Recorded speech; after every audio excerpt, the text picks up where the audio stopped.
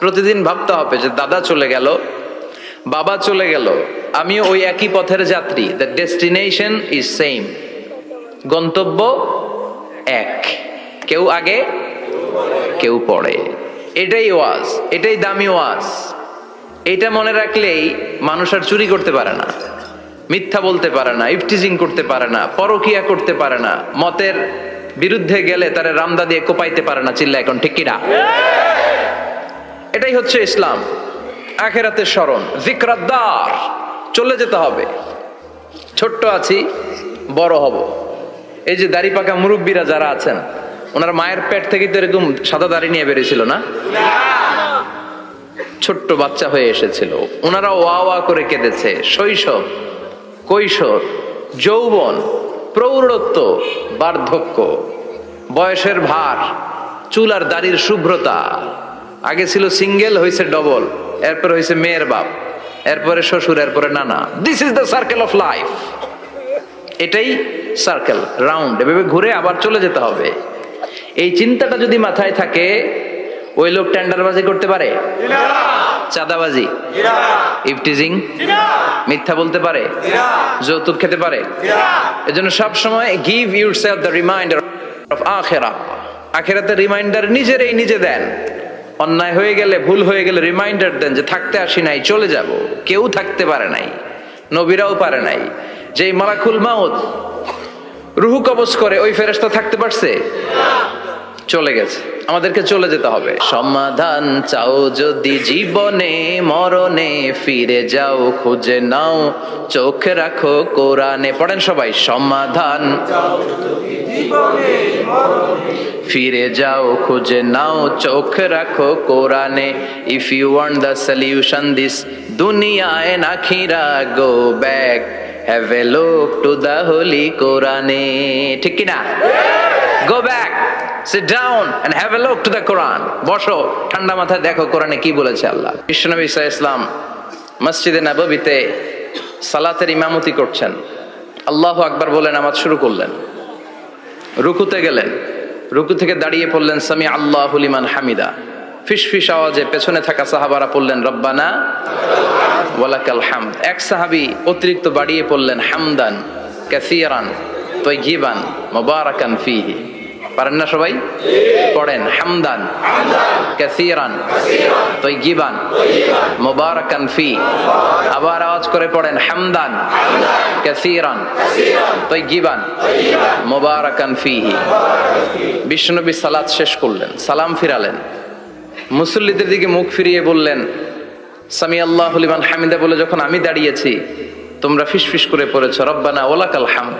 কে যেন পড়েছো হামদান কাসীরান তাইয়িবান মুবারাকান ফী। কে পড়েছো? আমি তো এটা কখনো শিখাই নাই, কোত্থেকে পেলে? কেন পড়েছো? দাঁড়াও। কেউ দাঁড়ায় না, ডানে বায়ে সামনে পেছনে কেউ দাঁড়ায় না, সবাই ভয় পেয়ে গেছে যে কি যেন কি হয়। বিশ্বনবী অভয় দিলেন, বললেন যে আমি কিছু বলবো না, দাঁড়াও। বিশ্বনবী অভয় দেওয়ার পর এক সাহাবী হাত তুলে দাঁড়িয়ে বললেন, ইয়া রাসূলুল্লাহ, আমি পড়েছি। বিশ্বনবী বললেন, কেন পড়েছো? আমি তো এটা শিখাই নাই। সাহাবী বললেন, ইয়া রাসূলুল্লাহ, আল্লাহর প্রশংসা আমার কম কম করলে অন্তর জুড়ায় না, আমার করতে মনে চাই বেশি বেশি। এজন্য আমি নিজ থেকে এটা বানিয়ে বাড়িয়ে মিলিয়ে পড়ে দিয়েছি, হামদান কাসীরান তাইয়িবান মুবারাকান ফী। বিশ্বনবী বললেন, ভয় নাই, চিন্তা নাই, টেনশনের কোনো কারণ নাই, কারণ আমি সালাতে থাকা অবস্থায় দেখেছি তোমার এই অতিরিক্ত চারটা তাসবির সওয়াবটা, চারটা তাসবির সওয়াবটা বিদউ ওয়া সালাসুনা মালাইকা, 30-এরও বেশি ফেরেশতা কে কার আগে এই সওয়াবটা আল্লাহর আরশে পৌঁছে দিবে এ নিয়ে আকাশে প্রতিযোগিতা চলছিল। এজন্য আল্লাহর প্রশংসা বেশি বেশি করার দরকার আছে না নাই? বিশ্বনবী সব সময় আল্লাহর প্রশংসা করতেন আর দোয়া করতেন, আল্লাহ আমি যেন বেশি বেশি আপনার প্রশংসা করতে পারি, আমি যেন আপনার শুকরগুজার বান্দা হতে পারি। আল্লাহুম্মা জাআলনি সাবুরা ওয়া জাআলনি শাকুরা ওয়া জাআলনি ফি আইনি সগীরা ওয়া ফি আয়ুনিন নাসি কাবীরা। এর মানে হচ্ছে, আল্লাহ আপনি আমারে ধৈর্যশীল বানান, আপনি আমাকে শুকরগুজার বানান, আমার চোখে আপনি আমারে ছোট বানান, গোটা বিশ্বের মানুষের চোখে আপনি আমারে বড় বানান। পড়েন আমিন। নিজের চোখে নিজেকে কি করবেন? ছোট, তাহলে মানুষের চোখে বড় বানায় দিবে কে? আর নিজেই যদি বলেন আমি বড়, ফেরাউনের মতো, আনা রব্বুকুমুল আ'লা, আমি তোদের বড় খোদা, আল্লাহ কয় তুই হইলি হুদা, ঠিক কিনা? বড় হইতে পারে নাই। নীল নদের পানিতে সুবাই সুবাই আল্লাহ মারছে, চিল্লায় বলেন ঠিক কিনা? পৃথিবীতে কেউ তো স্থায়ী হয় না, হোক না সে ফেরাউন কিবা নমরুদ, কেউ ভাবে চিরদিন রয় না, কেউ ভাবে চিরকাল রয় না। পৃথিবীতে কেউ তো স্থায়ী হয় না, হোক না সে ফেরাউন কিবা নমরুদ, কেউ ভাবে চিরদিন রয় না, কেউ ভাবে চিরকাল রয় না। চিল্লায় বলেন ঠিক কিনা? চিরকাল কেউ থাকবে না, কারণ আল্লাহ ছাড় দেয়, তিনি ছেড়ে দেন না। মনে রাখবেন, আল্লাহ কি দেয় আর কি দেয় না। ফেরাউনরে কি দিছিল? ছাড় দিছে, ছাইরা দিছে। নমরুদরে কি দিছে? ছাড় দিছে, ছাইরা দিছে। এখনো দেখা যায় আল্লাহ অনেকটা ছাড় দেয়, ঢিল দেয়, সুযোগ দেয়, কিন্তু আল্লাহ ছেড়ে দিবেন না। চিৎকার করে বলেন ঠিক কিনা? এজন্য সব সময় প্রশংসা করব কার? খাওয়ার সময় প্রশংসা কার? ঘুমানোর সময়, জিকির করার সময়, ঘুষ খাওয়ার সময়। ঘুষ খাওয়া যাবে? রাশি ওয়াল মুরতাশি কিলাহুমা ফিন্নার। ঘুষ যে দেয়, ঘুষ যে নেয়, উভয়ই জাহান্নামী। আল্লাহ ঘুষ থেকে আমাদেরকে বাঁচাও। বাংলাদেশে ঘুষ আছে না নাই? সরকারি অফিসগুলোতে শুধু নাই, বেশি।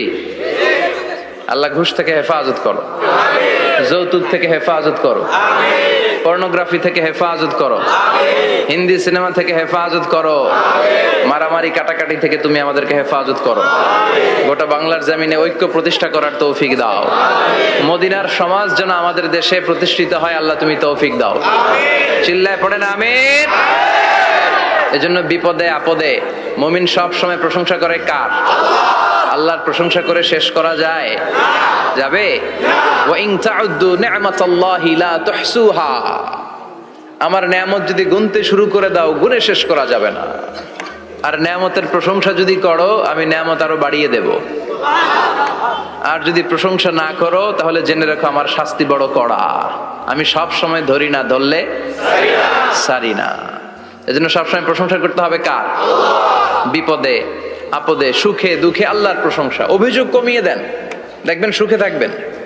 এইটা নাই, ওইটা নাই, এইটা পাই নাই, ওইটা পাই নাই, জীবনে এইটা হই নাই রে, ওইটা পাইলাম না রে, এরকম অভিযোগ করে দেদারসে অনেক। এরকম লোক আছে না নাই? এরা অসুখী, এরা অসফল। সফল ব্যক্তিদের একটা গুণাবলী হচ্ছে এরা কমপ্লেইন করে কম, কমপ্লেইন করে কম, তারা শুকরিয়া করে বেশি। দে আর ভেরি গ্রেটফুল। তারা শুকরিয়া করে বেশি। এটা পাই নাই, ওইটা পাই নাই, এগুলো বলবেন না।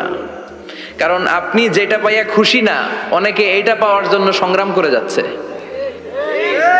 আপনি এখন যেই জায়গাটাতে আছেন, এই জায়গাটাতে পৌঁছা অনেকের স্বপ্ন। আপনি এটা পেয়ে খুশি না, কিন্তু আপনার জায়গায় পৌঁছার জন্য অনেকে স্ট্রাগল করে যাচ্ছে, সংগ্রাম করে যাচ্ছে। আপনি যেই পজিশনে আছেন, শুধু এই পজিশনে আসাটাই অনেকের স্বপ্ন। তো শুকরিয়া করবেন না কেন? এজন্য সব সময় আমাদের বেশি বেশি শুকরিয়া করতে হবে কার?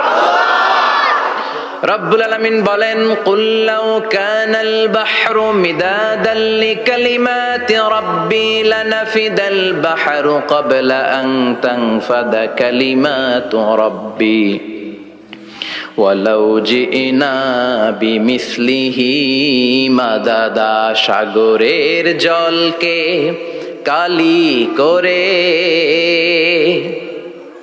গাছের পাতাকে খাতা করে, তোমার মহিমা লেখা শেষ হবে না, যদিও লিখি প্রভু জীবন ভরে। সাগরের জলকে কালি করে, গাছের পাতাকে খাতা করে, তোমার মহিমা লেখা শেষ হবে না, যদিও লিখি প্রভু জীবন ভরে। সাগরের জলকে কালি করে। চিল্লায় বলেন ঠিক কিনা? সব সাগর মহাসাগরের জল যদি কালি হয়ে যায়, কি উপমা দিলেন আল্লাহ। সব সাগরের পানি যদি কালি হয়ে যায়, সব গাছের পাতাও যদি খাতা হয়ে যায়, আর সাগরের জল নামক কালি দিয়ে গাছের পাতা নামক খাতার উপরে যদি আমি আল্লাহর প্রশংসা তোমরা লিখতে শুরু করে দাও, সাগরের জল শেষ হয়ে যাবে, গাছের সব পাতাগুলো ফুরিয়ে যাবে, আমি আল্লাহর প্রশংসা করে শেষ করা যাবে না। সুবহানাল্লাহ বাড়িতে যায় বলবেন। সাগরের জল, চারটেখানে কথা। কয়টা সাগর দেখছেন আপনি? কয়টা সাগর ঘুরছেন? প্রশান্ত মহাসাগর দেখছেন আপনি? আটলান্টিক মহাসাগর দেখেছি আমরা? দেখি নাই। প্রশান্ত মহাসাগরের সবচেয়ে গভীর জায়গার নাম মারিয়ানা ট্রেঞ্চ। প্রায় 36,000 ফিট ওইটা ডেপথ, গভীরতা। কয় হাজার ফিট গভীর? আপনার বাড়ির যে পুকুর কয় হাত গভীর? হ্যাঁ, 36,000 ফিট। কেন ইমাজিন, কল্পনা করতে পারেন 36,000 ফিট গভীর এটা মারিয়ানা ট্রেঞ্চ, প্রশান্ত মহাসাগর। আর এই পৃথিবীর সবচেয়ে উঁচু যে পাহাড়টা, এটার নাম মাউন্ট এভারেস্ট। এটার উচ্চতা প্রায় অ্যাপ্রক্সিমেটলি রাউন্ড 29,000 ফিট। পাহাড়, পৃথিবীর সবচেয়ে উঁচু পর্বত শৃঙ্গ মাউন্ট এভারেস্ট 29,000 ফিট। আর পৃথিবীর সবচেয়ে গভীর সাগর, প্রশান্ত মহাসাগরের সবচেয়ে গভীর জায়গা মারিয়ানা ট্রেঞ্চ, ওইটা নাকি 36,000 ফিট। তাহলে ওই পাহাড়কে তুলে ধরে এনে প্রশান্ত মহাসাগরের সবচেয়ে গভীর জায়গা মারিয়ানা ট্রেঞ্চের উপর যদি ছেড়ে দেয়া হয়, পুরো পাহাড় ডুবে যাবে। সুবহানাল্লাহ নাই? পুরো পাহাড় ডুবে যাবে, উপরে পানি থেকে যাবে প্রায় 7,000 ফিট। আল্লাহু আকবার। এই পৃথিবীর দ্বিতীয় গভীরতম সাগরের নাম আটলান্টিক মহাসাগর। এই সাগরের সবচেয়ে গভীর জায়গার নাম হচ্ছে পুয়ের্টো। এই পুয়ের্টোর গভীরতা প্রায় 33,000 ফিট। কত? আর সবচেয়ে বড় পাহাড় 29,000 ফিট। তো এই সাগরেও যদি বড় পাহাড়টা, পৃথিবীর সবচেয়ে উঁচুতম পর্বত শৃঙ্গকে এনে ছেড়ে দেয়া হয়, পুরো পাহাড় পানিতে তলিয়ে তো যাবেই, এর উপরে আরো পানি থেকে যাবে 4,000 ফিট। সাগর, মহাসাগর, পানি বেশি না কম? জোরে বলেন। কি বিশাল আটলান্টিক মহাসাগর! লম্বায় তো অনেক বড়, আড়াআড়ি ভাবে এটারে ক্রস করে অনেক প্লেন, অনেক বিমান। আগে কনকর্ড ক্রস করতো হিথ্রো এয়ারপোর্ট থেকে জন এফ কেনেডি এয়ারপোর্টে ল্যান্ড করার জন্য। ঘন্টায় 1000 মাইল বেগে ছুটতো এই প্লেনগুলো। তারপরেও আড়াআড়ি ভাবে, লম্বায় না, আড়াআড়ি ভাবে আটলান্টিক মহাসাগরকে ক্রস করতে 3-4 ঘন্টা লেগে যেত। প্লেন যদি ঘন্টায় চলে 1000 মাইল বেগে, আর আটলান্টিক মহাসাগরের পাশ যেটা প্রশস্ত, এটা ক্রস করতে যদি 3 ঘন্টা লাগে, তাহলে পাশে কয় হাজার কিলোমিটার? 3,000 কিলোমিটার। সুবহানাল্লাহ কইবেন না? এত বিশাল বিশাল সাগর। সাগর কি, মহাসাগর কি এই দুইটা, যে প্রশান্ত আর আটলান্টিক? না, ভারত মহাসাগর, উত্তর মহাসাগর, দক্ষিণ মহাসাগর, বঙ্গোপসাগর, কৃষ্ণ সাগর, ভূমধ্য সাগর, লোহিত সাগর, চায়না সাগর, শত শত সাগরে ভরপুর মহাবিশ্ব। এই সব সাগরের পানি যদি কালি হয়ে যায়, কি হয়ে যায়? আর পৃথিবীতে যত গাছ আছে, সব গাছের পাতা যদি খাতা হয়ে যায়, গাছ কয়টা আছে কুমিল্লায়? হ্যাঁ, অভাব নাই। তো কুমিল্লাতেই যদি অভাব নাই, তাহলে আফ্রিকার জঙ্গলের কি অবস্থা? কি পরিমাণে গাছ, বৃক্ষরাজি আল্লাহ তৈরি করেছেন।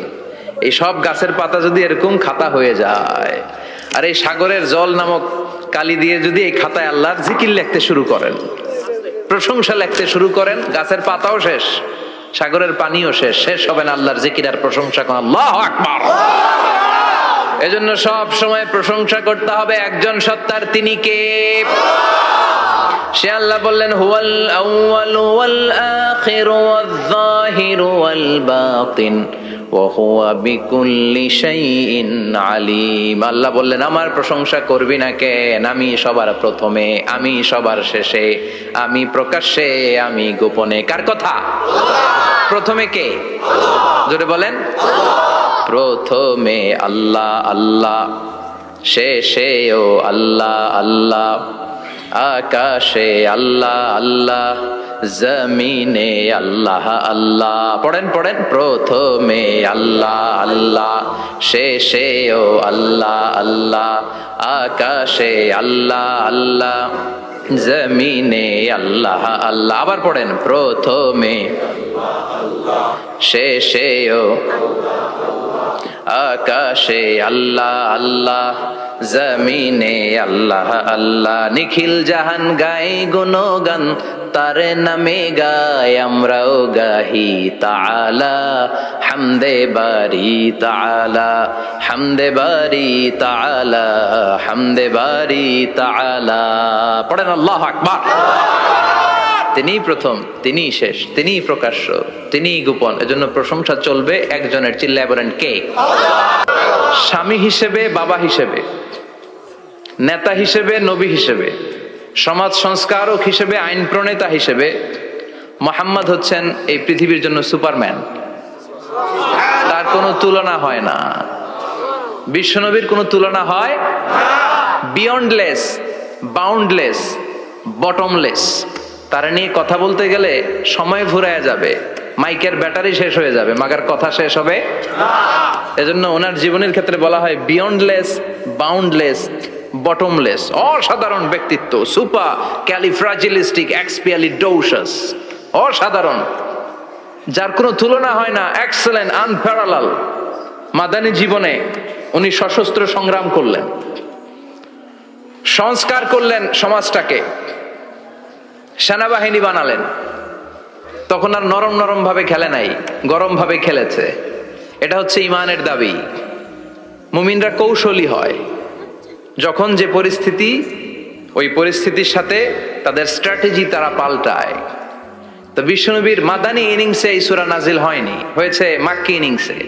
এই সূরার অনেক ফজিলত, ছোটবেলা থেকেই সূরা ইয়াসিনের অনেক ফজিলতের কথা আমরা শুনেছি না?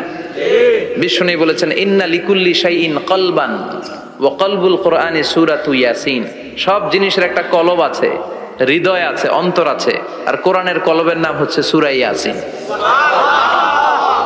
বিশ্বনবী বললেন ইন্না লিকুল্লি শাইইন কলবান, সব জিনিসের একটা কলব আছে। ওয়া ইন্না কলবাল কোরআনি সূরাতু ইয়াসিন, আর কোরআনের কলবের নাম হলো সূরাতু ইয়াসিন।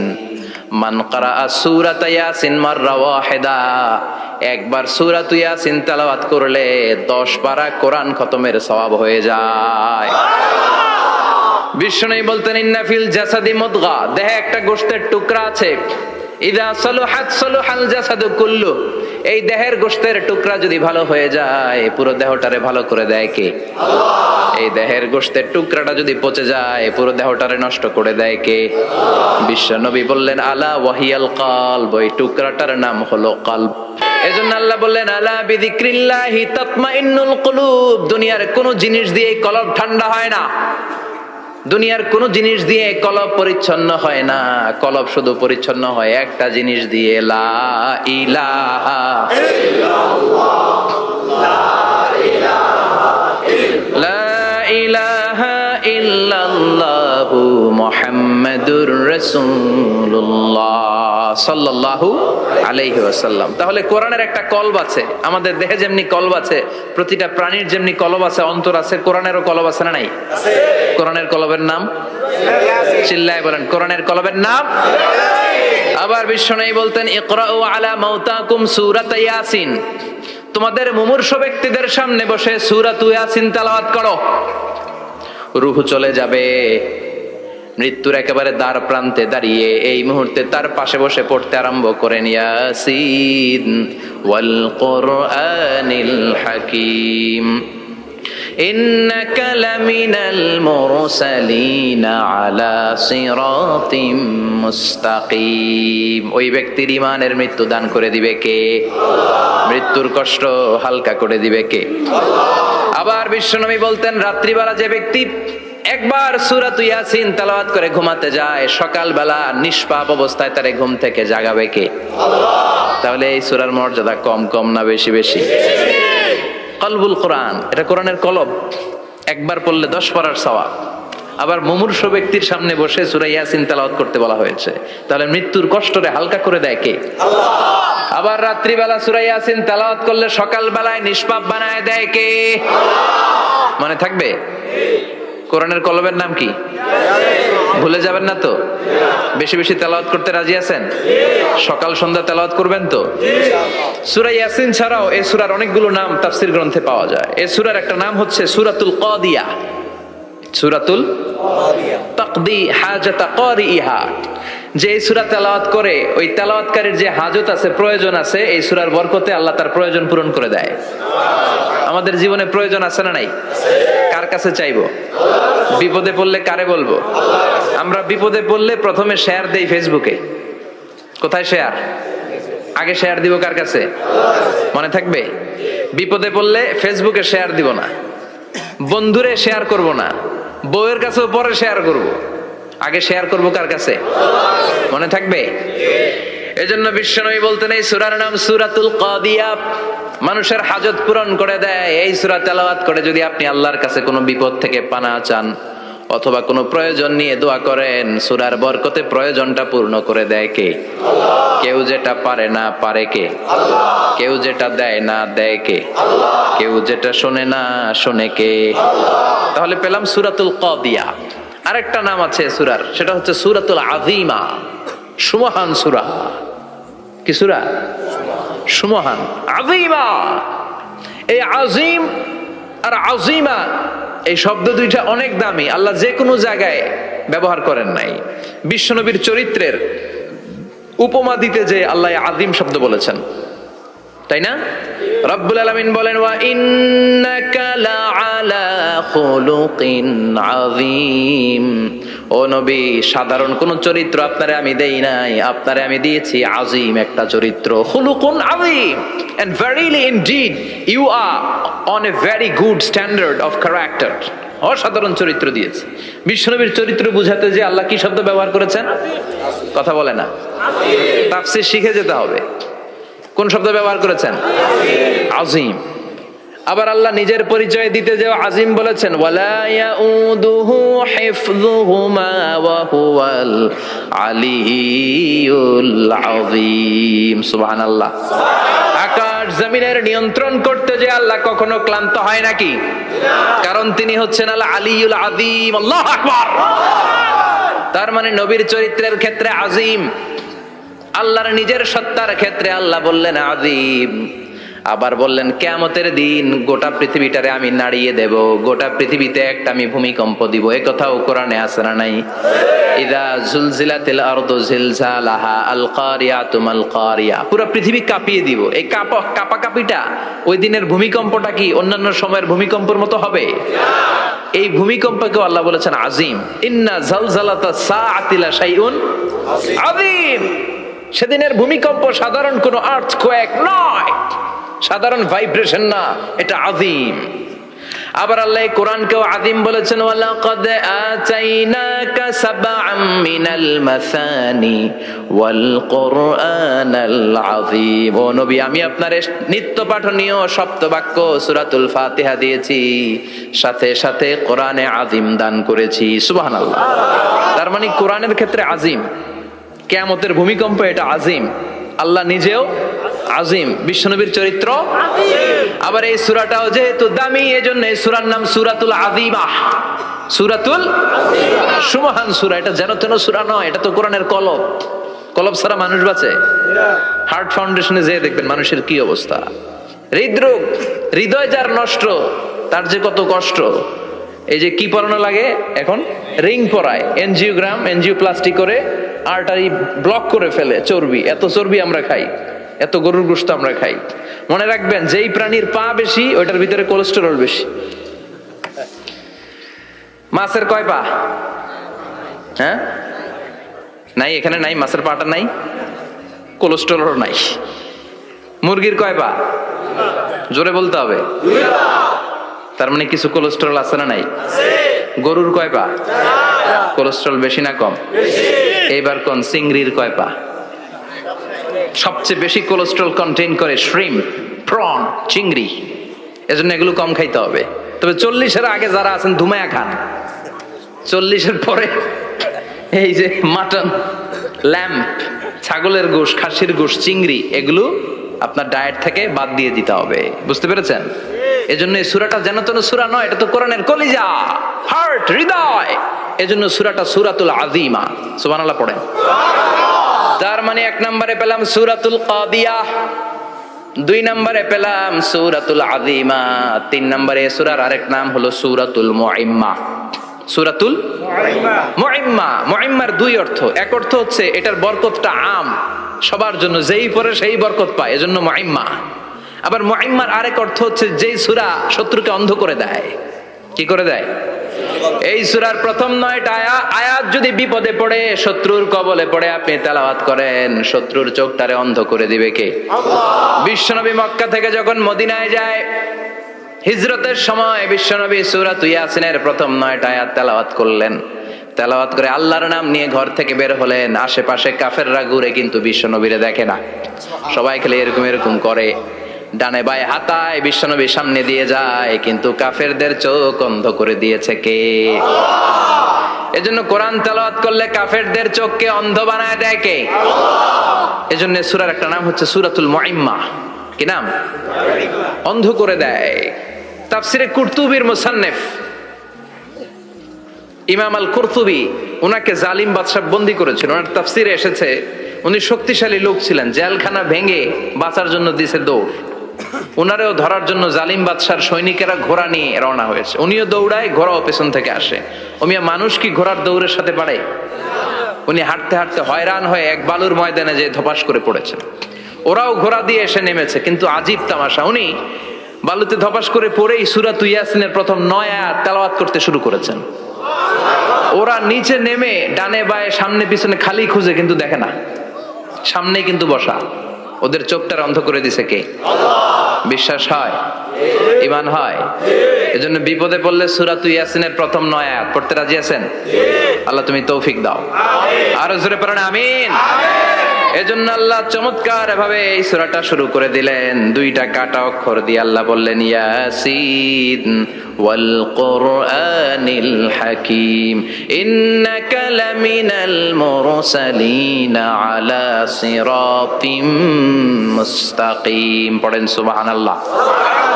ইয়াসিন সূরাটা শুরু করলেন কি দিয়ে? ইয়াসিন। এটা কি কোনো বাক্য? এটা কি কোনো শব্দ? এটা কি অক্ষর? 2টা।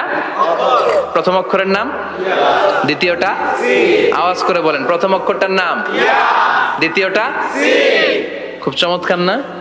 বাক্য দিয়ে এই সূরাটা শুরু করে নাই। যেমন ইযা জুলজিলাতিল আরদু জিলজালাহা, এই সূরার প্রথম আয়াত, এটা একটা বাক্য না? জি। আচ্ছা। ওয়াদ-দুহা ওয়াল-লাইলি ইযা সাজা, বাক্য না? জি। কিন্তু ইয়াসিন এটা কি কোনো বাক্য? এটা কি কোনো শব্দ? না, এটা কাটা 2টা অক্ষর। সুবহানাল্লাহ পড়েন। আল্লাহ 114টা সূরার প্রায় 29টা সূরা এরকম কাটা কাটা অক্ষর দিয়ে শুরু করেছেন। সুবহানাল্লাহ নাই? এই 29টা সূরা কখনো আল্লাহ একটা অক্ষর দিয়ে শুরু করেছেন, কখনো 2টা অক্ষর দিয়ে, কখনো 3টা দিয়ে, কখনো 4টা দিয়ে, কখনো 5টা দিয়ে। একটা অক্ষর দিয়ে আল্লাহ কোরআনের সূরা শুরু করেছেন। এরকম একটা সূরা বলেন, নুন ওয়াল কলামি ওয়া মা ইয়াসতুরুন। নুন, নুন দিয়ে সূরা শুরু হয়ে গেছে। তারপরে কফ, এক অক্ষর দিয়ে সূরা শুরু হয়ে গেছে। সুবহানাল্লাহ পড়েন। সুবহানাল্লাহ। এবার বলেন 2 অক্ষর দিয়ে সূরা শুরু হয়েছে এরকম সূরা বলেন। আমিন। এত দূরে যান কেন? এটা আছে না নাই? ইয়াসিন। সুবহানাল্লাহ পড়েন। ইয়াসিন 2 অক্ষর দিয়ে। তারপরে হামিম। এবার 3 অক্ষর দিয়ে আল্লাহ সূরা শুরু করছেন এরকম, আলিফ লাম মিম তা সিন মিম। আল্লাহু আকবার। আবার 4টা অক্ষর দিয়ে সূরা শুরু হয়েছে এরকম আছে না নাই? আবে সব কোন? আলিফ লাম মিম র, আলিফ লাম মিম সাদ আছে না নাই?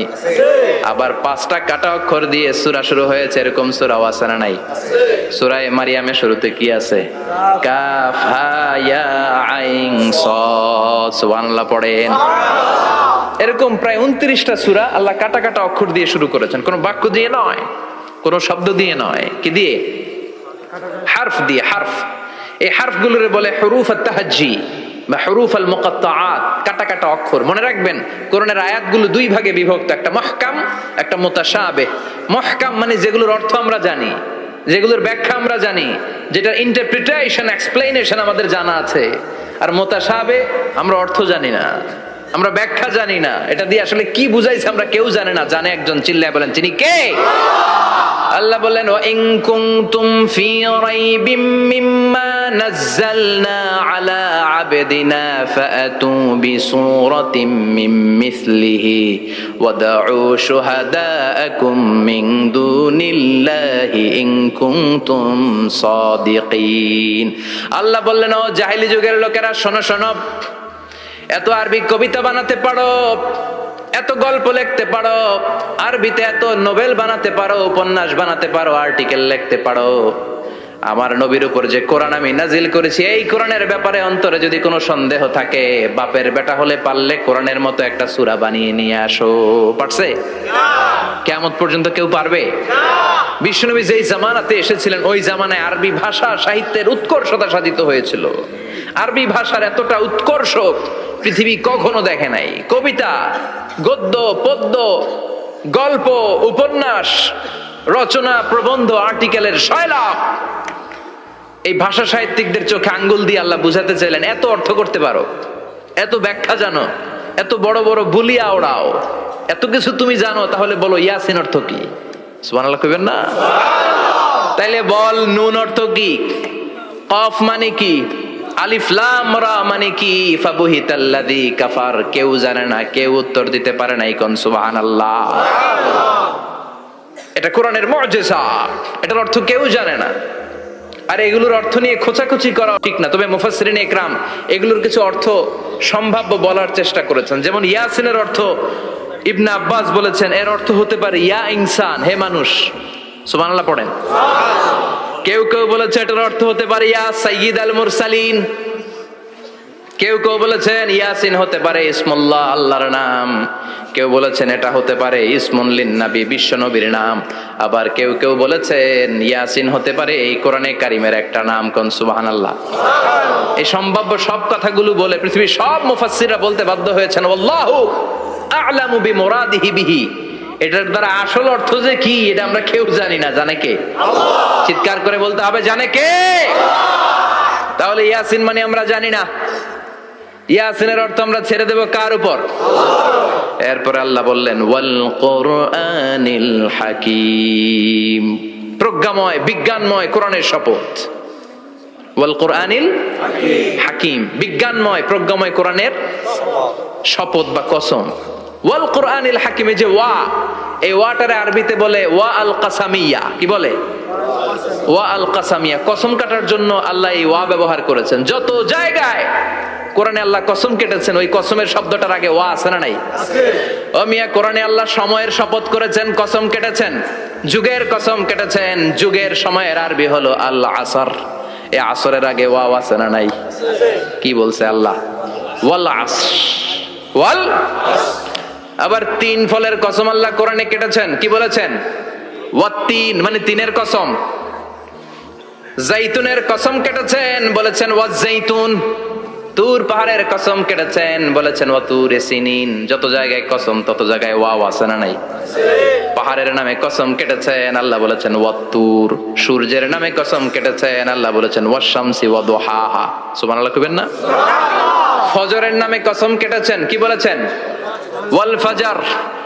জিলহজ মাসের প্রথম 10 রাতের কসম কেটেছেন, কি বলেছেন? ওয়া লায়ালিন আশর। জোর আর বেজরের কসম কেটেছেন, আল্লাহ বলেছেন ওয়াশ-শাফঈ ওয়াল ওয়াতর।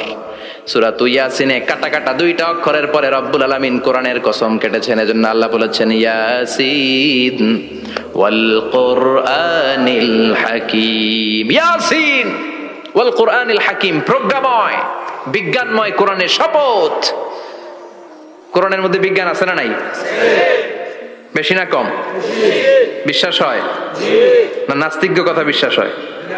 নাস্তিকরা বলে কোরআনের মধ্যে বিজ্ঞান নাই, কোরআনের মধ্যে সায়েন্স নাই, কোরআনের ভেতরে টেকনোলজি নাই। কিন্তু কোরআন বলে এমন কিছু নাই, মানুষের প্রয়োজনীয় এমন কিছু নাই যেটা আমার ভিতরে নাই। আল্লাহু আকবার। আল্লাহ বললেন মা ফাররাতনা ফিল কিতাবি মিন শাই, কিতাবের মধ্যে আমি কিছু বাদ রেখে দেই নাই। ইতিহাসের কথা বলেছি, পাতাল পুরীর কথা বলেছি, ঊর্ধ্ব জগতের কথা বলেছি, মহাকাশের কথা বলেছি, cosmology, astrology, geology, zoology, botany, human anatomy, embryology, সব কিছুর কথা কোরআনের মধ্যে দিয়েছে কে? কোরআনের ভেতরে মানুষের কথা আছে না নাই? কোরআনের মধ্যে গাভীর কথা আছে না নাই? গাভীর কথাও আছে। কই আছে? হ্যাঁ, সূরাতুল গাভীর সূরা। সুবহানাল্লাহ কইবেন না? মানুষের কথা আছে সূরাতুল ইনসান, জিনদের কথা আছে সূরাতুল জিন, মাকড়সার কথা আছে সূরাতুল আনকাবুত, মৌমাছির কথা আছে সূরাতুন নাহাল। মৌমাছির কথা বলেছেন, দুধের কথা বলেছেন, প্রাণীর কথা বলেছেন, খাদ্যের কথা বলেছেন, মানুষের দেহ বৈশিষ্ট্যের কথাও বলেছেন। চিৎকার করে পড়েন আল্লাহু আকবার। আল্লাহ বললেন ওয়া আওহা রাব্বুকা ইলান নাহলি আনিত্তাখিযি মিনাল জিবালি বুয়ুতাও ওয়া মিনাশ শাজারি ওয়া মিম্মা ইয়ারিশুন। সুবহানাল্লাহ পড়েন। ওয়া আওহা রাব্বুকা ইলান নাহল, আল্লাহ মৌমাছির কাছে সিক্রেট মেসেজ পাঠিয়েছেন। সুবহানাল্লাহ পড়েন। ওয়ালা তাবলা গারাইবহু, কোরআন কোনদিন কারো কাছে পুরাতন মনে হয় না। ফিহি মাসাবিহুল হুদা, কোরআনের মধ্যে আছে হেদায়েতের মশাল। ওয়া মানারুল হিকমা, কোরআন হলো বিজ্ঞানের সুউচ্চ মিনার। লা তুহসা আজাইবুহু, কোরআনের আশ্চর্যান্বিতার শেষ নাই। যতই পড়বেন আপনি আশ্চর্য হয়ে যাবেন, যতই স্টাডি করবেন, যতই অধ্যয়ন করবেন, আপনার চোখকে খুলে দিবে কে? আল্লাহ। ওয়ালা তাবলা গারাইবুহু, কোরআন কখনো পুরাতন হয় না। পুরান হয় নাকি? যার বয়স 50 বছর ধরে নামাজি মানুষ, প্রতি নামাজের প্রত্যেক রাকাতে কোন সূরা পড়া লাগে? তো 50 বছর যদি কেউ নামাজি হয়, তাহলে কত লক্ষবার উনি সূরা ফাতিহা পড়ছে উনি নিজে জানে? তারপরেও কোনোদিন কি মনে হয়েছে সূরা ফাতিহাটা একটু পুরান পুরান লাগে? আজকে কুল হল্লা দিয়ে শুরু করুন। কথা বলেন, পুরান লাগছে কোনোদিন? এত পড়ছে এটা, আজকে আর এটা না, আজকে আর একটা, এরকম মনে হয়? ওয়ালা তাবলা গারাইবুহু, পুরান লাগে না। প্রতিদিন নতুন, প্রতিনিয়তই নতুন, অলওয়েজ নিউ, সব সময় নতুন। এজন্য বিশ্বনবী বললেন লা তুহসা আজাইবুহু, কোরআনের আশ্চর্যান্বিতার শেষ নাই। ওয়ালা তাবলা গারাইবুহু, কোরআন কখনো পুরাতন হয় না। ফিহি মাসাবিহুল হুদা, কোরআনের মধ্যে আছে হেদায়েতের মশাল। ওয়া মানারুল হিকমা, কোরআন হলো বিজ্ঞানের সুউচ্চ মিনার। সুবহানাল্লাহ। আল্লাহ বললেন ওয়া আওহা রাব্বুকা ইলান নাহাল, আমি মৌমাছির কাছে মেসেজ দিলাম, সিক্রেট মেসেজ। আনিত্তাখিযি মিনাল জিবালি বুয়ুতা, তোমরা পাহাড়ের মধ্যে তোমাদের বাড়ি বানাও, মৌচাক বানাও। অমিনা সাজার, গাছের মগ ডালে, বড় বড় ডালে তোমরা বাসা বানাও। ওয়া মিম্মা ইয়ারিশুন, উঁচু উঁচু জায়গায় মৌচাক বানাও, যাতে করে গ্রামের ছোট্ট ছেলেরা ঢিল মারতে না পারে। কোন সুবহানাল্লাহ। মৌমাছির আল্লাহ শিখাই দিছে। নিচু জায়গায় কোনোদিন মৌমাছির বাসা দেখবেন? নিচু জায়গায় সহজে নাগাল পাওয়া যায়, ধরা যায়। কথা কন। ডাল বে মগ ডালে ওঠা লাগে মধু খাইতে চাইলে। চিল্লায় বলেন ঠিক কিনা? আল্লাহ সিক্রেট মেসেজ দিলেন আর বললেন আনিত্তাখিযি। আলেম যারা আছেন বলেন তো, ইত্তাখিযি এটা কি মুজাক্কারের সিগা না মুয়ান্নাসের সিগা? কথা কইতে হবে। কেউ নাই এটার উত্তর দেওয়ার মতো? মুয়ান্নাস, মাশাআল্লাহ। এটা স্ত্রীবাচক শব্দ। আল্লাহ মৌমাছিকে যে মেসেজ করছে পুরুষ মৌমাছিরে কয় নাই, এটা নারী মৌমাছিরে কইছে। চিল্লা এখন সুবহানাল্লাহ। এখন গবেষণা করে দেখা গিয়েছে, কার্ল ভন ফ্রিচ একজন অস্ট্রিয়ান বিজ্ঞানী, উনি এটা নিয়ে গবেষণা করে 73 সালে 1973 নোবেল পেয়ে গেছে। এই আয়াতের উপর গবেষণা করে আল্লাহ কেমন করে সিক্রেট মেসেজ দিয়েছেন, কেমন করে মৌমাছি মৌচাকের বাসা বাঁধে, কেমন করে মধু আহরিত হয়, এটার উপর গবেষণা করে উনি একটা বই লিখেছেন, দ্য ডান্সিং বিজ। নেচে যাওয়া মৌমাছিগুলো, নাচতে নাচতে যেতে থাকা মৌমাছিগুলোর উপর একটা বই লিখে, দ্য ডান্সিং বিজ লিখে উনি নোবেল প্রাইজ পেয়েছেন এই মধুর উপরে। চিল্লায় পড়েন আল্লাহু আকবার। এখন কোরআনের আয়াত থেকে বোঝা গেল আনিত্তাখিযি মিনাল জিবালি বুয়ুতা, আল্লাহ নারী মৌমাছিকে বলেছেন মৌচাক বানাও, তোমাদের মধু রাখার জন্য বাসা বানাও। কার্ল ভন ফ্রিচ গবেষণা করে পেয়েছে মৌচাকের বাসা বানানো হয়, মধু আহরণ করা হয়, যেই মৌমাছিটা নেতৃত্ব দেয় এটা পুরুষ মৌমাছি নয়, এটা হলো মহিলা মৌমাছি। কোন সুবহানাল্লাহ। পুরো মৌচাকের মধ্যে মধু আহরণ, মধু নেওয়া, পুরো প্রসিডিউরটা সারার জন্য কোনো পুরুষ মৌমাছি লিডিং দেয় না, লিডিং দেয় একটা নারী মৌমাছি, স্ত্রী মৌমাছি। এজন্য ইত্তাখিয, ম্যাসকুলিন জেন্ডার ইউজ না করে আল্লাহ বলেছেন ইত্তাখিযি, নারী মৌমাছিকে আল্লাহ অ্যাড্রেস করে বলেছেন যাও মৌচাক বানাও আর এটার মধ্যে মধু আহরণ করো, চিল্লায় পড়েন আল্লাহু আকবার।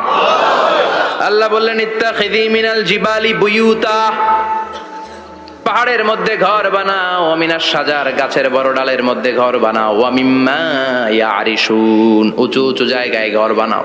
উনি গবেষণা পেয়েছেন এই মধুর মধ্যে অসাধারণ কিছু ন্যাচারাল অ্যান্টিসেপটিক আছে। কি আছে? Natural antiseptic. এটার নাম হচ্ছে প্রপিলিস।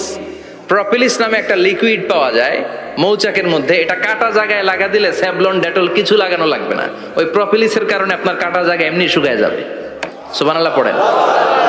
দ্বিতীয় বিশ্বযুদ্ধে রাশিয়ান যত সৈনিকরা যুদ্ধে আহত হতো ওরা আলাদা করে অ্যান্টিসেপটিক খাইতো না, ওরা মধু আইনা লাগাই দিত আর সুস্থ হয়ে যেত। সুবহানাল্লাহ পড়েন।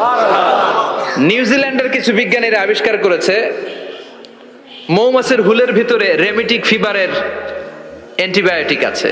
অনেকের বাত জ্বর হয়, বাতের ব্যথা থাকে না? থাকে, মুরব্বীদের বেশি হয়। ওই জায়গার মধ্যে যদি আপনি মৌমাছি এনে ঢুকাই দিতে পারেন, মৌমাছির হুল লাগাই দিতে পারেন, ভালো হয়ে যাবে। মৌমাছি যখন হুল ফুটে আরাম লাগে না অনেক? খাইছেন? কামড় খাইছেন? হ্যাঁ, মজা লাগে। তো নিউজিল্যান্ডের এই গবেষকরা এরা আবিষ্কার করেছে যে মৌমাছি যদি হুল ফুটিয়ে দেয় ওইখানে বাতের ব্যথা থাকলে, বেদনা থাকলে এটা ভালো হয়ে যাবে। আমি নিজে দেখেছি, বিবিসি একটা ডকুমেন্টারি। ইজিপশিয়ান একজন ফিজিশিয়ান, চিকিৎসক, উনি ওনার বাতের ব্যথায় আক্রান্ত যত রুগীরা আছে ওদের গায়ের মধ্যে মৌমাছি এনে এনে নিজে নিজে হুল ফুটায়। রুগী চিৎকার মারে, ও মাগো, ও আল্লাহ গো, কিন্তু একদিন পরে ব্যথা নাই, আর কয় ভালো হয়ে গেছে। সুবহানাল্লাহ কইবেন না? তো এজন্য এই কার্ল বন ফ্রিজ 1973-তে দ্য ডান্সিং বিজ লেখে গোটা বিশ্বকে তাক লাগিয়ে দিয়েছে। তার গবেষণার প্রতিটি পয়েন্ট কোরআনের আয়াতের সাথে মিলে যায়। চিৎকার করে পড়েন আল্লাহু আকবার। এই যে আমরা মধু খাই, এই মৌচাকের ভেতরে অন এন অ্যাভারেজ অ্যারাউন্ড 60,000 মৌমাছি থাকে। তিন ভাগে, একটা হচ্ছে কুইন বি, একটা মেল বি, আর একটা হচ্ছে ওয়ার্কার বি।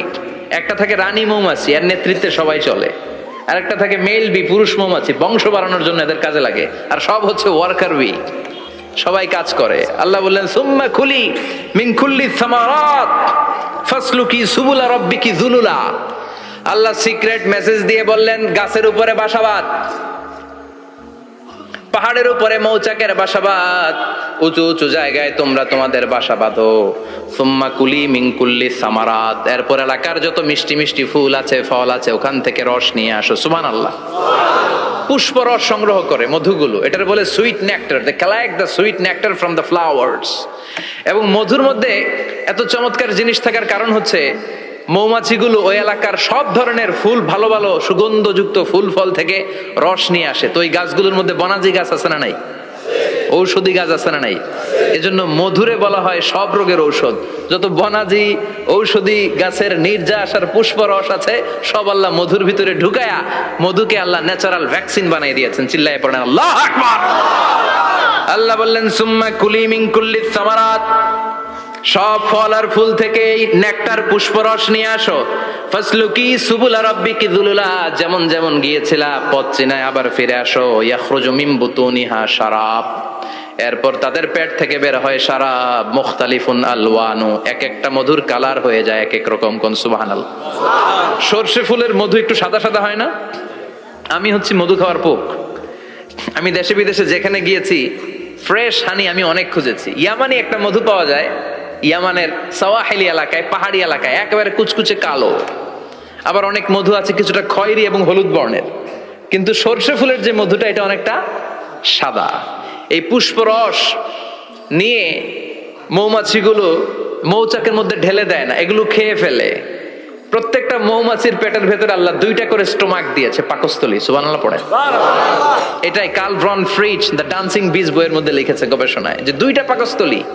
একটা পাকস্থলী দিয়ে মৌমাছি খায়, নিজে খেয়ে বাঁচে। আর একটা পাকস্থলী দিয়ে এই ফ্লাওয়ার নেক্টার, পুষ্প রস সংগ্রহ করে ওই পাকস্থলীতে রাখে। ওই পাকস্থলীর ভেতরে আল্লাহ একটা ন্যাচারাল এনজাইম দিয়েছেন। ওই এনজাইমের সাথে ওই পুষ্প রসটা মিক্সড হয়। তারপরে আরেকটা টিউব আছে, ওই টিউব দিয়ে মৌমাছি যে সে বাসার মধ্যে মৌমাছির যে যে সেখানে সাপ্লাই করে দিয়ে আসে, মধু ঢুকিয়ে দিয়ে আসে, চিল্লায় পড়েন সুবহানাল্লাহ। তার মানে বিষয়টা এমন না ফুলের রস নিয়ে মৌচাকের দিয়ে আসলো, ফুলের রস সে নেয়, তার স্পেশাল একটা স্টোমাকের মধ্যে ঢুকায়, সেখানে এনজাইম দিয়ে পাচক রস দিয়ে আল্লাহ এটাকে সমৃদ্ধ করে দেয়, তারপর আলাদা একটা নল দিয়ে টিউব দিয়ে মৌচাকের ভেতরে ঢুকিয়ে দেয়। কোন সুবহানাল্লাহ। কি অসাধারণ পদ্ধতিতে আল্লাহ মধু বানালেন, আর কি সুন্দর মধু হাতের মধ্যে লয়া জিব্বা দিয়া চাটে আর গান গায়, মধু হই হই বিষা বাইলা। আছে না নাই? আল্লাহ শুকরিয়া নাই? মধু খায় আর গান গায়, মধু হই হই বিষা বাইলা, অনহারনে ভালোবাসার দাম নদিলা। আছে না নাই? ডাকাই তাই মধু খেয়ে শুকরিয়া করতে হবে কার? বসো, চিৎকার করে বলেন শুকরিয়া করতে হবে কার? আল্লাহ বললেন ইয়াখরুজু মিন বুতুনিহা, এটা মধু সরাসরি চলে আসে না, ওর পেট থেকে বের হয়। মুখতালিফুন আলওয়ানুহু, বিভিন্ন রঙের মধু। আছে না নাই? ব্ল্যাক কালারের মধু হয়, হোয়াইট হানি হয়, অর্গানিক হানি হয়, ক্রিমড হানি হয়। কত ধরনের মধু যে আল্লাহ পৃথিবীতে রেখেছে তার ইয়ত্তা নাই। এরপর আল্লাহ বললেন ফিহি শিফাউন লিন্নাস, মধুর ভিতরে শিফা দিয়েছে কে? আল্লাহ। এজন্য বিশ্বনবীর খাদ্য তালিকার মধ্যে মধু আছে না নাই? আছে। বিশ্বনবী সুগন্ধযুক্ত ওলা মধু খেতেন, দুর্গন্ধযুক্ত ওলা কোনো মধু মুখে নিতেন না। সুবহানাল্লাহ। বিশ্বনবীর জামানায় মাগাফির নামে একটা মধু ছিল, দুর্গন্ধযুক্ত, এটা কখনো বিশ্বনবী মুখে নিতে চাইতেন না। সুগন্ধযুক্ত মধু সবসময় বিশ্বনবী খেতেন। বিশ্বনবীর স্ত্রীরা এই সুগন্ধিযুক্ত মধু বোতলের মধ্যে প্রিজার্ভ করে রাখতেন বিশ্বনবীকে দেওয়ার জন্য। বিশ্বনবী প্রাণ ভরে এগুলো পান করতেন। সুবহানাল্লাহ। বিশ্বনবী যে সমস্ত খাদ্যগুলো পছন্দ করতেন হাদিসে এসেছে, বিশ্বনবী রুটি খেতেন, খেজুর খেতেন, খেজুর, খেজুর চিনেন? বালাহ, তামার, দুধ খেতেন, এই মধু খেতেন, জব খেতেন, বার্লি খেতেন, লাউ খেতেন, রুম্মান, ডালিম ফল, আনার ফল, আনার চিনেন? আনার, এই আনার খেতে পছন্দ করতেন বিশ্বনবী। মাশরুম খেতেন, মাশরুম, মাশরুম চিনেন? ব্যাঙের ছাতার মতো রেস্টুরেন্টে ইদানিং মাশরুমের স্যুপ পাওয়া যায়, এটা খাবেন। যাদের চোখের জ্যোতিতে সমস্যা, দৃষ্টিতে সমস্যা, খাবেন। হাদিসে এসেছে আল কামআতু মিনাল মান ওয়া মাউহা শিফাউন লিল আইন। মাশরুম হলো মান্না সালোয়ার মতো খাবার। মাশরুমের স্যুপ যারা খাবে, চোখের জ্যোতি যাদের কম, তাদের চোখের জ্যোতি বাড়িয়ে দিবে কে?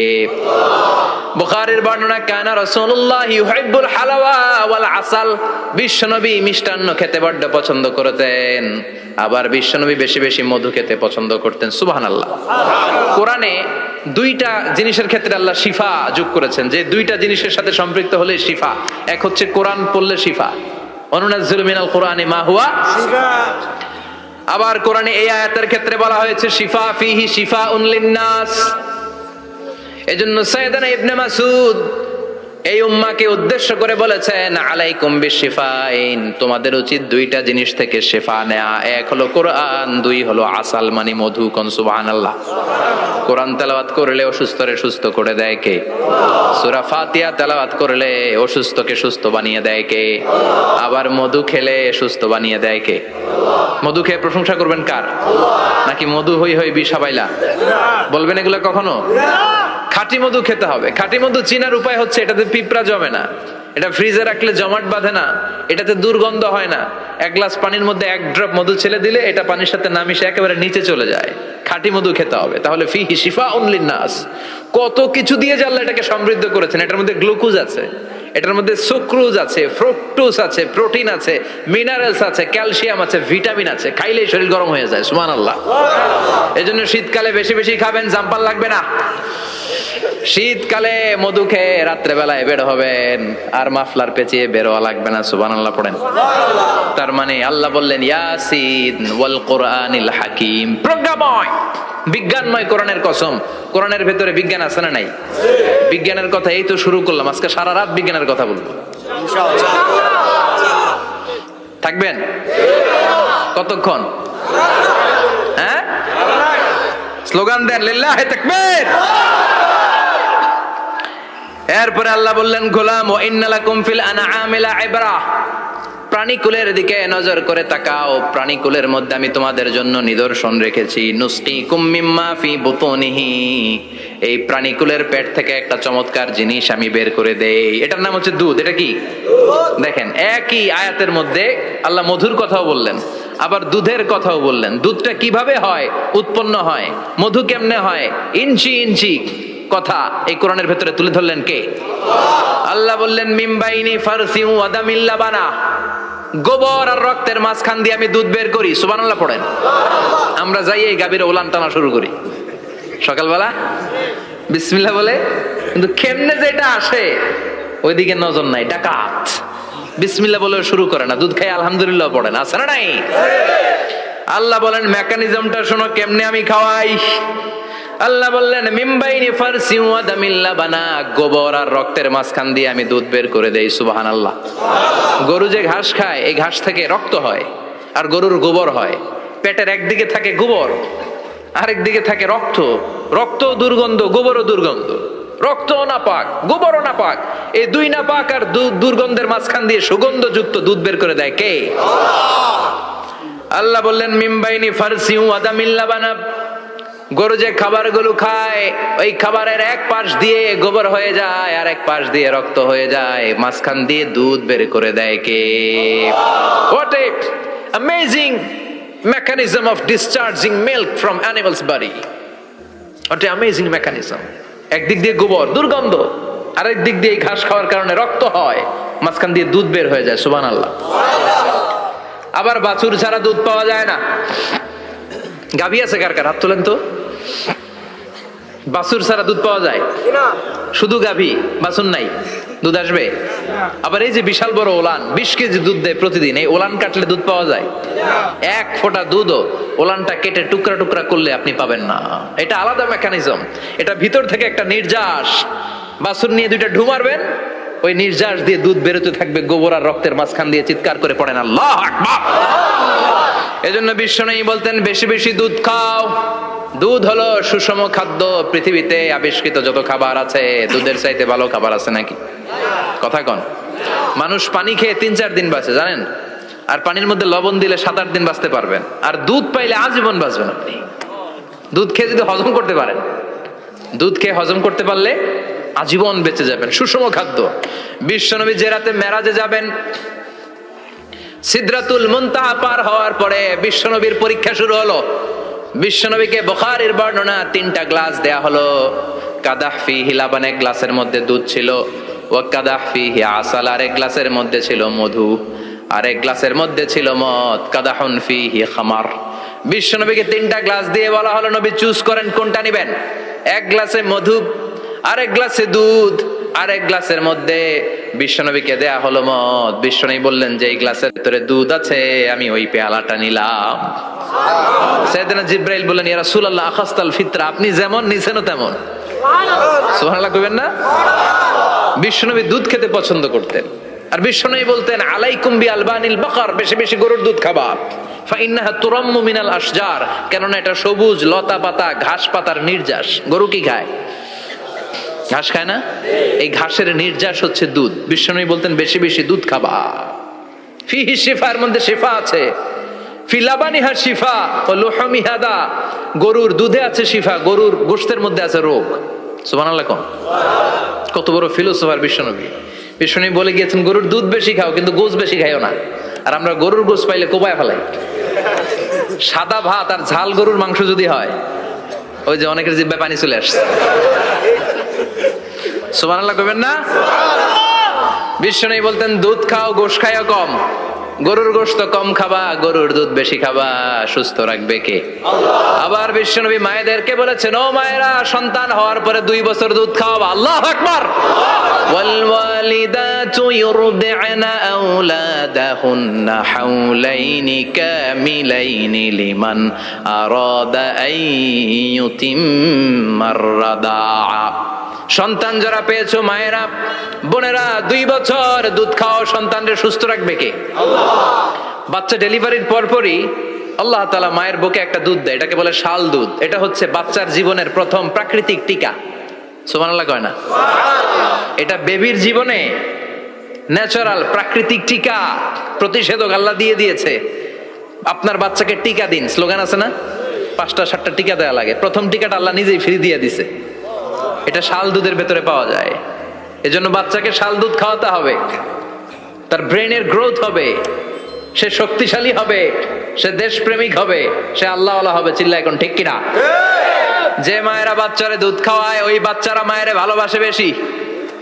আর যেই মা গুলো বাচ্চারে দুধ না খাওয়ায় আর ডানু খাওয়ায়, আর কি কি আছে,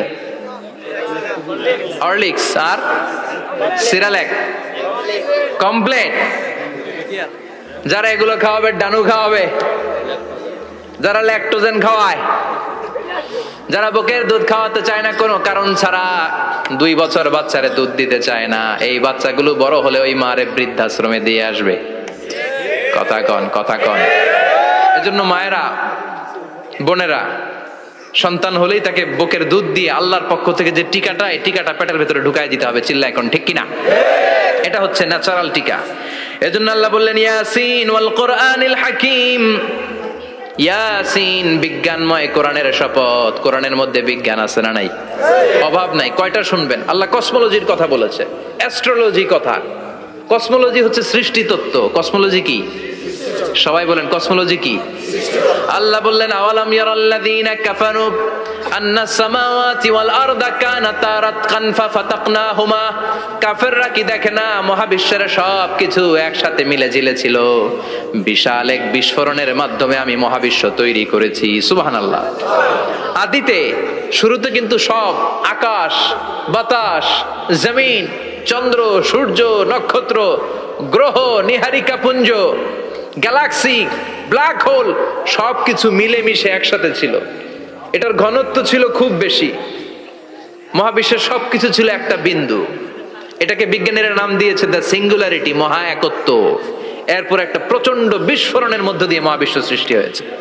এটার ওরা নাম দিয়েছে বিগ ব্যাং থিওরি। কি নাম? স্টিফেন হকিং মারা গেছে না গত বছর নাকি? হ্যাঁ, বছর খানিক আগে মারা গিয়েছে। সবচেয়ে বড় পদার্থবিজ্ঞানী ছিল। সে একটা বই লিখেছে, from the brief history of time, a brief history of time from big bang two black hole. সেখানে সে প্রমাণ করেছে কোরআনের এই আয়াত, কানাতা রাতকান, মহাবিশ্বের সবকিছু একটা বিন্দু ছিল। চাঁদ, সূর্য, গ্রহ, তারা সব কি ছিল? কথা বলেন, সবাই বলেন।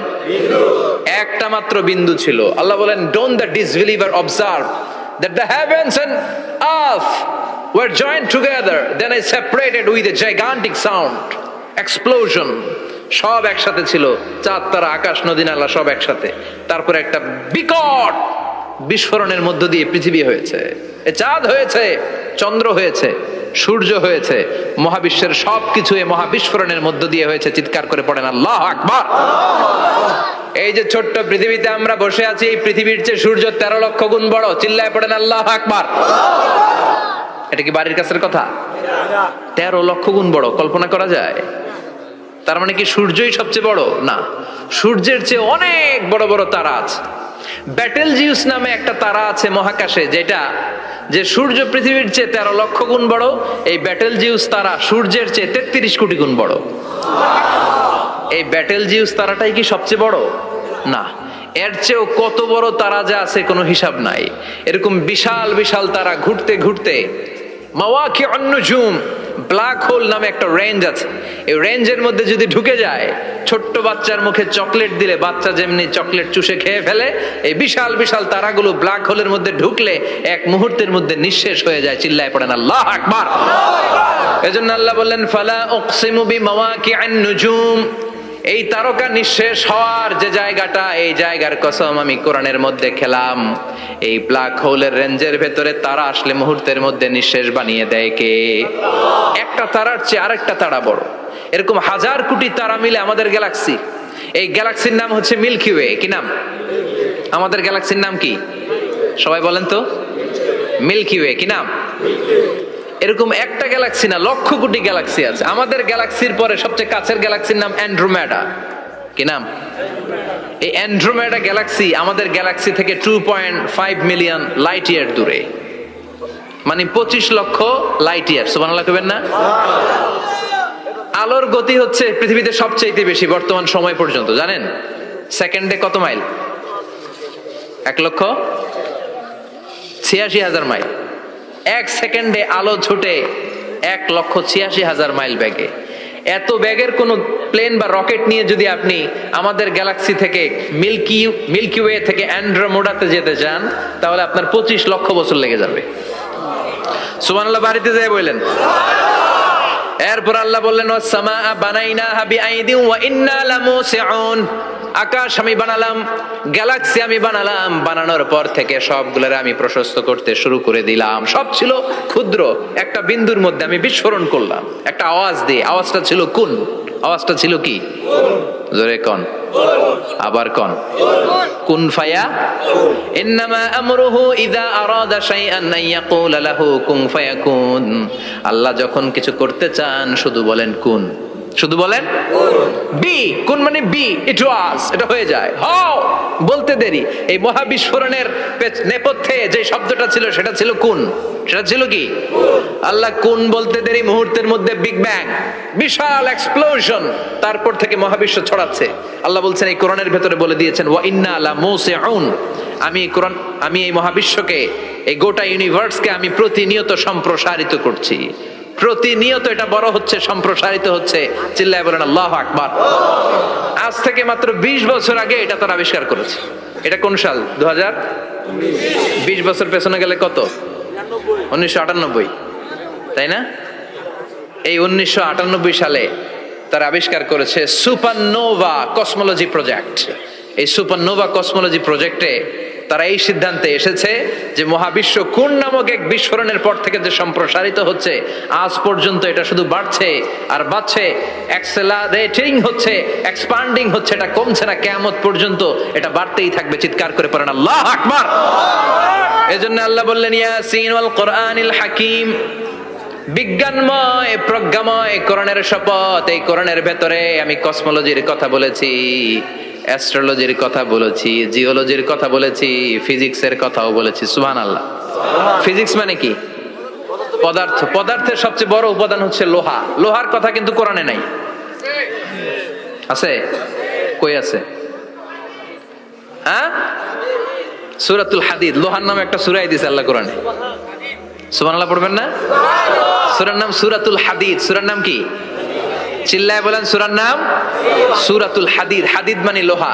আল্লাহ বললেন ওয়া আনজালনাল হাদিদা ফীহি বাসুন শাদীদ।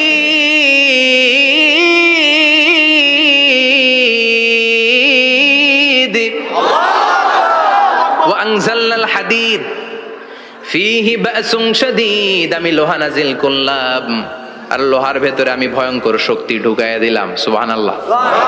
ফিহি মানাফিউ লিন-নাস। লোহার ভেতরে মানুষের জন্য অনেক কল্যাণ আছে। সুবহানাল্লাহ। লোহা ছাড়া পৃথিবীতে কিছু হয়? আংটি বানাতে লোহার দরকার আছে না নাই? ঘড়ি বানাতে, গাড়ি বানাতে, বাড়ি বানাতে, মোবাইল বানাতে, হেলিকপ্টার, প্লেন, রকেট, মাইকের স্ট্যান্ড। সুবহানাল্লাহ কোন?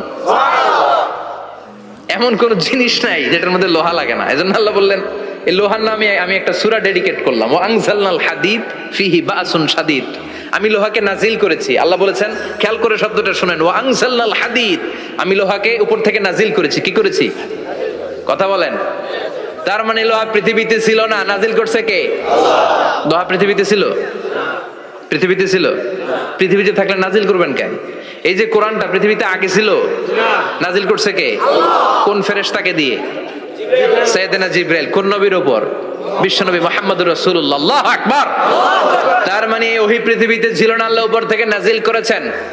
নুজুল মানে উপর থেকে নিচের দিকে আসা। এই নুজুল শব্দ ব্যবহার করে আল্লাহ বললেন ওয়া আনজালনাল হাদিদ। লোহাকে আমি নাজিল করেছি। তার মানে লোহা পৃথিবীর উপাদান নয়, লোহা এসেছে উপর থেকে। কোন সুবহানাল্লাহ। বিজ্ঞানীরা, পদার্থবিদ যারা গবেষণা করে এটাই পেয়েছেন, লোহা আসলে পৃথিবীর না। লোহা পৃথিবীতে উৎপাদন করা হয় নাই। লোহার যে মলিকিউল, অণু আছে, লোহার একটা অণু তৈরি করার মতো ক্ষমতা পৃথিবীর নাই। ইভেন এই সৌরজগতের কোনো কিছু নাই। সূর্যের তাপেও লোহা তৈরি হতে পারে। লোহার ছোট্ট একটা অণু তৈরি করতে কমপক্ষে 1 কোটি ডিগ্রি সেলসিয়াস তাপের প্রয়োজন হয়।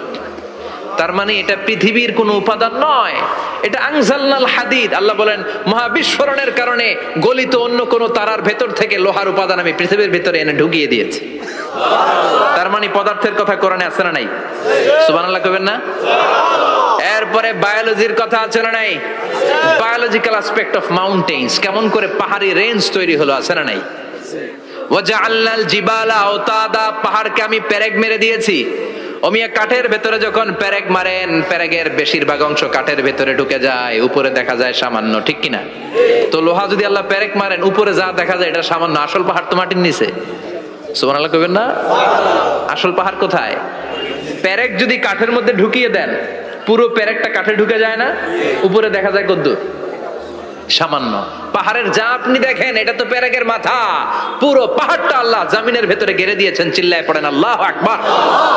আবার আল্লাহ বললেন অমিনাল জিবালি জুদাদুম বিদু ওয়া হুমরুম মুখতালিফুন আলওয়ানু, আছে না নাই? ওয়া গারাবিবু সুদ, আল্লাহ বলেন নানা রঙের পাহাড় পর্বত মহাবিশ্বে আমি তৈরি করেছি। কোন পাহাড় হচ্ছে রক্তিম বর্ণের, কোন পাহাড়কে বানিয়েছি আমি কৃষ্ণ বর্ণের, কোন পাহাড়কে বানিয়েছি আমি শুভ্র বর্ণের, কোন পাহাড়ের রং কালো, কোনটা সাদা, কোনটা নীল, আছে না নাই?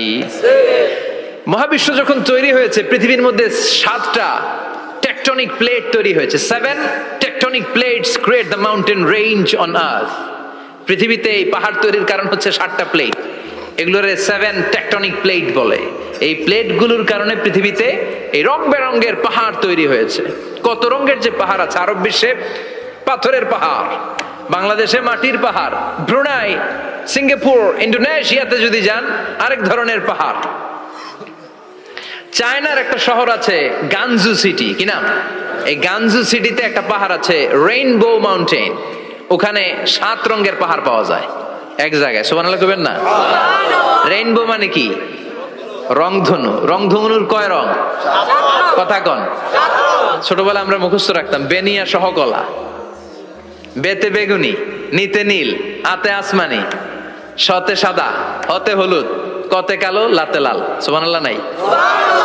মনে রাখার কি অসাধারণ পদ্ধতি। তো এই রেইনবো মাউন্টেন, রংধনুর 7 রঙের পাহাড় এক জায়গায় পাওয়া যায়। এখানে সাদা পাহাড়, এখানে সবুজ পাহাড়, এখানে নীল পাহাড়, ওখানে লাল পাহাড়, এখানে কালো পাহাড়। এই চায়নার গানজু সিটিতে আল্লাহ তাআলা 7 রঙের পাহাড় এক জায়গায় রেখেছেন। চিৎকার করে বলেন আল্লাহু আকবার। তার মানে বায়োলজির কথাও কোরআনের ভেতরে আছে না নাই? এরপর আল্লাহ বললেন কেমন করে আকাশ থেকে আমি পানি নাজিল করে, এটাও কোরআনে আছে না নাই?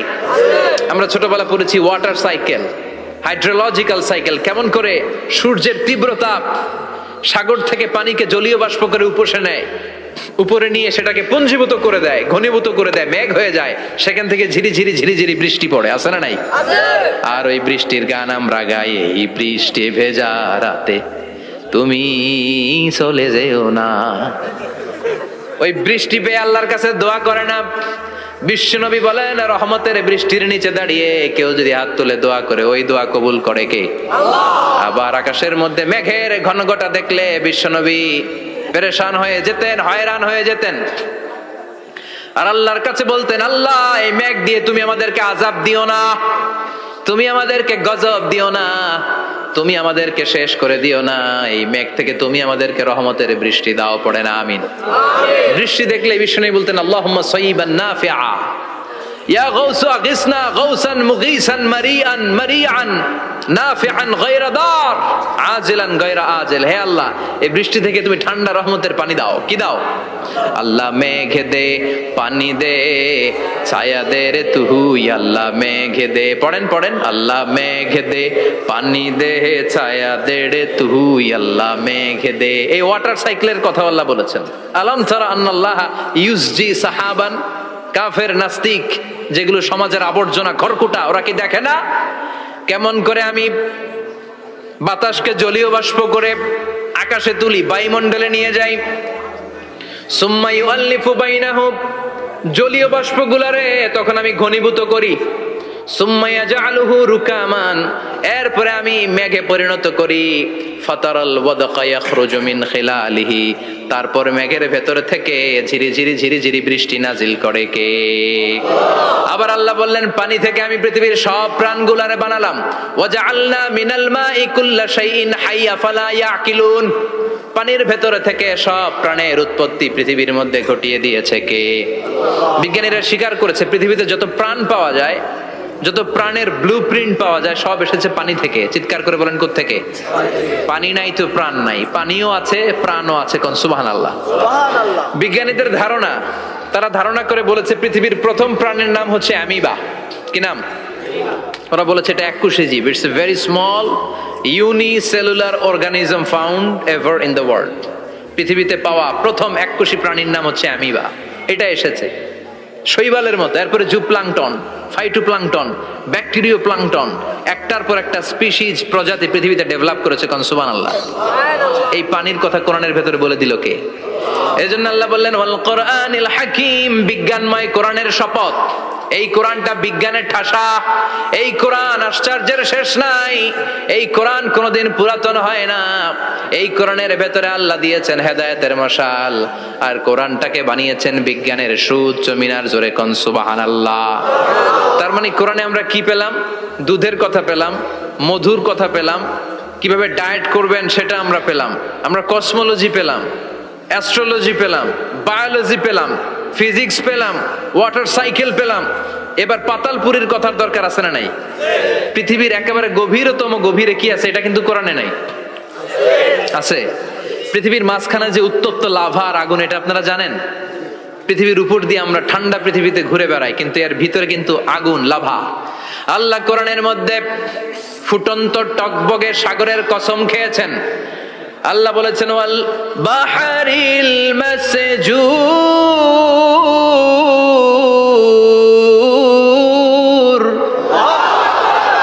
আমি কোরআনের ভেতরে ফুটন্ত টকবগে সাগরের পানির কসম খেলাম। পড়েন সুবহানাল্লাহ।